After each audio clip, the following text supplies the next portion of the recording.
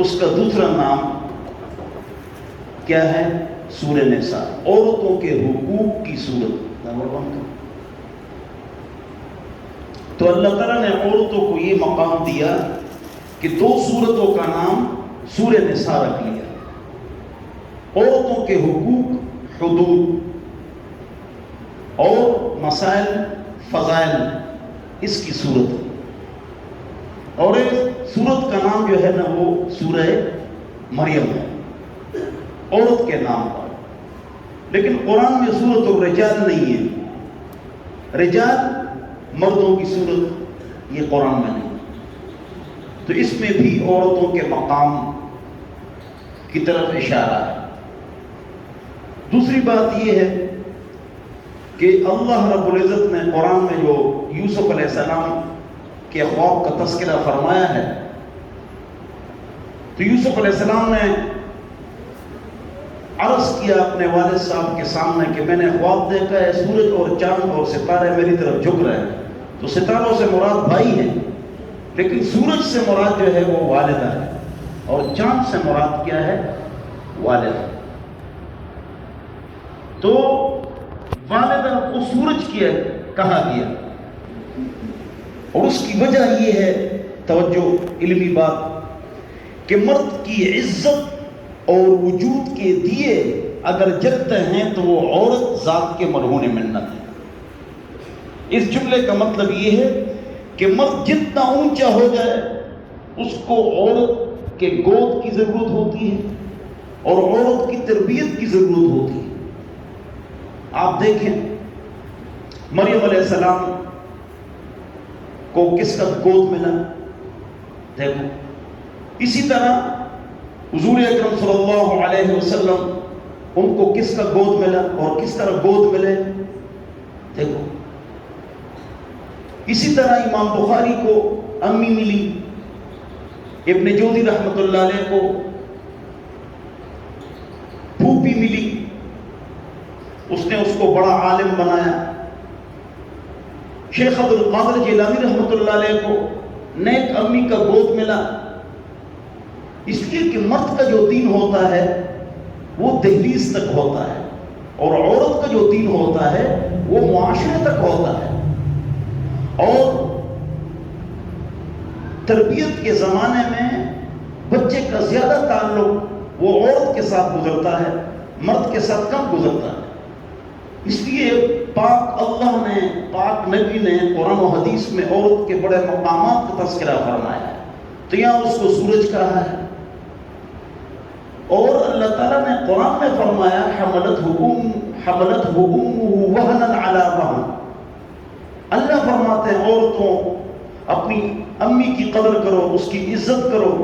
اس کی وجہ یہ کہ تکلیفوں پر تکلیفیں سہ کر وہ آپ کو بڑا کرتی ہے، 2-2.5 سال پیٹ پہ رکھتی ہے، 2-2.5 سال 9 مہینے پیٹ پہ رکھتی ہے، 2-2.5 سال دودھ پلاتی ہے۔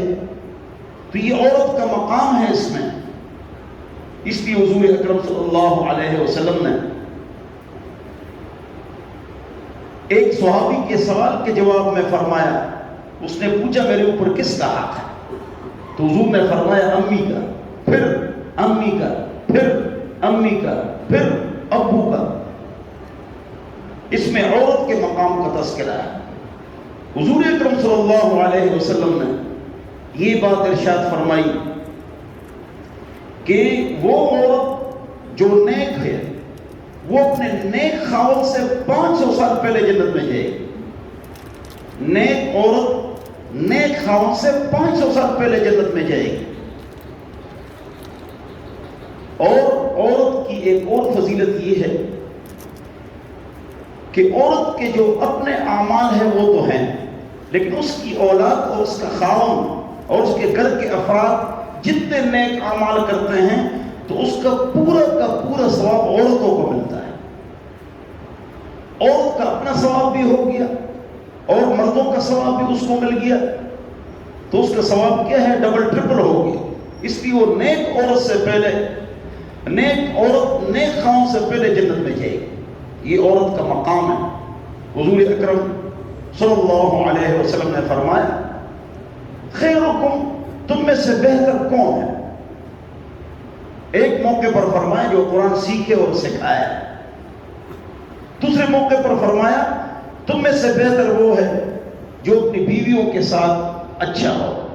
خیرکم خیرکم لأہلی وأنا خیرکم لأہلی، اور میں اپنی بیویوں کے ساتھ اچھا ہوں۔ حضور اکرم صلی اللہ علیہ وسلم نے فرمایا کہ وہ مرد جو گھر میں دبا دبا ہے وہ زیادہ پسند ہے، وہ زیادہ پسندیدہ ہے۔ تاہم اگر عورت بے پردگی کرے، بغیر اجازت کے باہر نکلے، گناہ کرے، تو اس وقت مرد کی اسلامی غیرت کو اگر جاگ نہ آ جائے تو پھر ایسا مرد گناہگار ہے، ایسا مرد گناہگار ہے۔ حضور اکرم صلی اللہ علیہ وسلم نے فرمایا ہے کہ جو آدمی، جو عورت خاوند کے پیر دبائے اور اس کو حمل ہو تو اس کو ڈبل ثواب ملتا ہے، اور گھر کو جھاڑو دے دے اس کو چاندی کا ثواب ملتا ہے کہ اللہ کے راستے میں چاندی صدقہ کر رہی ہے۔ اگر حالت حمل میں ہو تو گویا کہ وہ کعبہ میں جھاڑو مار رہی ہے، اتنا ثواب اور اجر ہے۔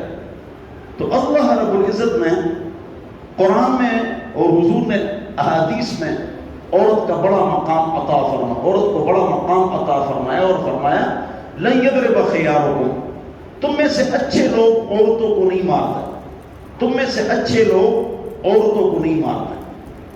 فلیتق الوجہ، تم اپنے غلام، شاگرد، اولاد، بیوی کو مار سکتے ہو لیکن چہرے پر نہیں مارنا ہے، اس کو میں نے اپنے ہاتھ سے بنایا ہے، دست قدرت سے بنایا ہے۔ 4 وجہوں سے آپ بیوی کو مار سکتے ہیں، 5ویں وجہ سے مارنا حرام ہے۔ ہم اسی پر مارتے ہیں جس پر مارنا نہیں ہوتا، 4 وجہوں سے مارنا ہے، اور مار بھی کتنی؟ چہرے پر نہیں مارنا ہے تو داغ نہ لگ جائے، ہڈی نہ ٹوٹے، زخم نہ لگ جائے، یہ لکھا ہے، اور بغل ظاہر نہ ہو جائے۔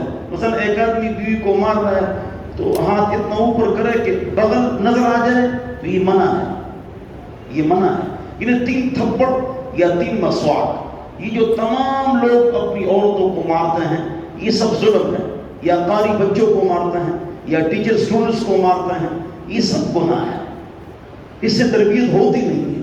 گالی اور مار اس سے تربیت نہیں ہوتی، یہ بات بالکل غلط ہے کہ اس سے تربیت ہو جائے۔ تو 4 وجہ سے، نمبر 1 وہ نماز نہ پڑھے، 2 اجازت کے بغیر باہر نکلے، 3 نامحرم کے سامنے چہرہ کھولے، 4 آپ کے لیے خوبصورتی اختیار نہ کرے۔ اس لیے حدیث شریف میں آتا ہے وَلْيَخْرُجْنَ طَفِلَاتٍ، جب عورتیں باہر جائیں، الفاظ پر غور کرو، وہ میلی کچیلی جائے اور خاوند کے لیے پاک صاف رہے۔ اب الٹ ہے، گھر میں چپڑاسن، باہر بازار جائے تو میک اپ، یا اسکول کالج جائے یا دفتر جائے تو میک اپ کرنا یہ حرام ہے، اس لیے کہ یہ خوبصورتی جو ہے وہ خاوند کے لیے ہے، یا عورتوں کی مجلس میں ہے، غیروں کی مجلس میں نہیں ہے۔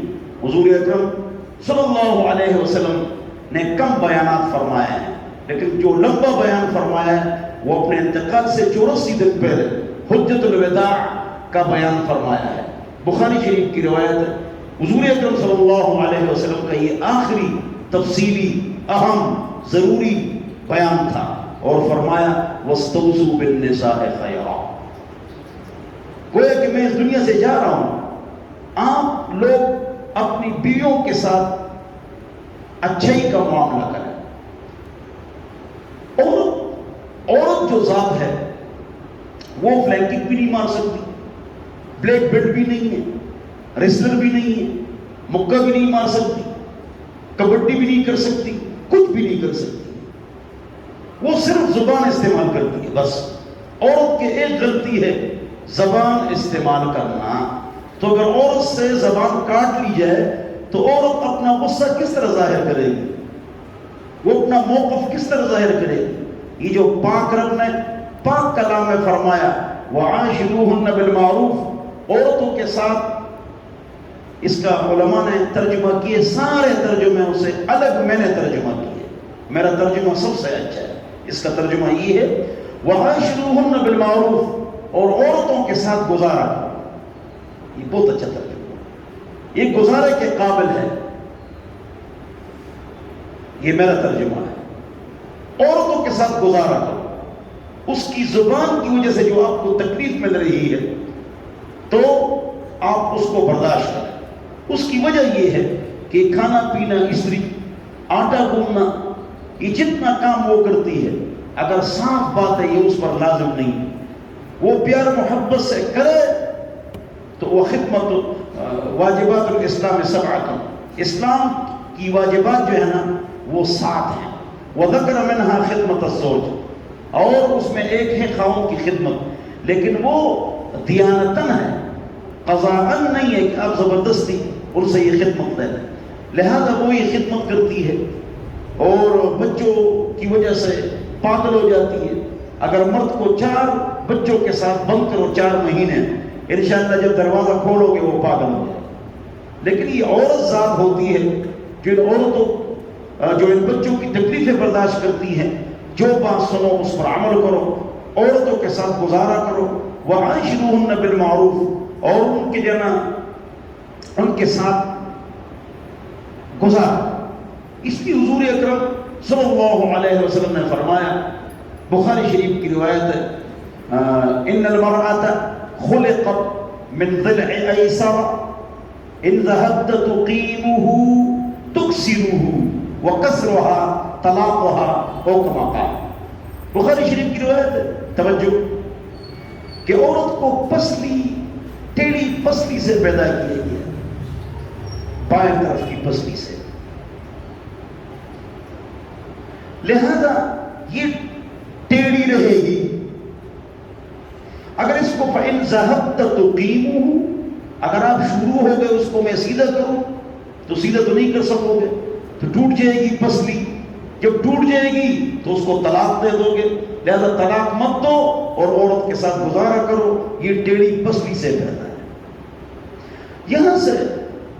یہاں بھی علماء کی یہ غلطی ہے، علماء کی غلطی یہ ہے، وہ یہ کہتے ہیں کہ عورت کی ذات ہی ٹیڑھی ہے، تو بیٹی اور امی کو نہیں کہتی ہے کہ یہ ٹیڑھی ہے، لیکن بہو، بھابی اور بیوی کو ٹیڑھی کہتا ہے، لیکن اپنی امی، بیٹی اور بہن کو ٹیڑھی نہیں کہتا ہے۔ لہذا توجہ، ٹیڑھے پن کا کیا معنی ہے؟ ٹیڑھے پن کا معنی یہ ہے کہ انداز، رفتار، گفتار، نخرے، یہ مراد ہے۔ اس سے مراد نہیں کہ عورت غلط ہے، مرد کیا ٹھیک ہے؟ کیا مردوں میں فرعون اور حامان نہیں تھے؟ ابو جہل اور فرعون نہیں تھے؟ یہ مطلب نہیں ہے، وہ کبھی کبھی محبت میں وہ نخرہ کرتی ہے تو اس کو آپ نے جنا نہیں کہ اس نے میری بدتمیزی کی ہے، ایسی بات نہیں ہے۔ تو اس سے مراد محبت کے نخرے مراد ہیں، اس سے مراد یہ نہیں ہے کہ اور ٹیڑھی ہوتی ہے تو مرد بڑا سیدھا ہوتا ہے، یہ بات غلط ہے، یہ بات درست نہیں ہے۔ بہرحال اللہ تعالیٰ نے جہاں پر مرد عورت کے مسائل کا تذکرہ فرمایا ہے، لڑائی جھگڑا، طلاق، نصیحت، اس میں ایک بات کی ہے، توجہ چاہیے، میں نے کسی کتاب میں نہیں دیکھی ہے، ذاتی میری یہ تحقیق ہے۔ اس میں لکھا ہے کہ وَالصُّلْحُ خَيْرٌ، صلح بہتر ہے، حتی الامکان طلاق نہ دو، پہلے نصیحت کرو اکیلے میں، پھر ناراض ہو جو بستر جدا کرو، پھر بھی نہ سمجھے تو مارو، مار کی ترتیب میں نے بتا دی، پھر بھی کام نہ بنے، قرآن میں نمبر 4، 2 افراد جمع کر ان کی صلح کریں، لڑکے کی طرف سے ایک فرد، لڑکی کی طرف سے ایک فرد، ان کی صلح کریں، پھر بھی معاملہ نہ بنے تو 1 طلاق دو، 3 کبھی نہیں دینا، 1 دے دو، عدت گزر گئی، 1 طلاق کے بعد بھی وہ اگلی شادی کر سکتی ہے، عدت کے بعد، یہ مسئلہ کسی کو معلوم نہیں ہے۔ اس میں فائدہ یہ ہے اگر 50 سال یا 2 سال بعد پیچ اپ ہو گیا، کلیش ختم ہو گیا، اور جرگہ کامیاب ہو گیا تو یہ آدمی بیوی کو رکھ سکتا ہے نیا نکاح کر کے، لیکن حلالے کی ضرورت نہیں۔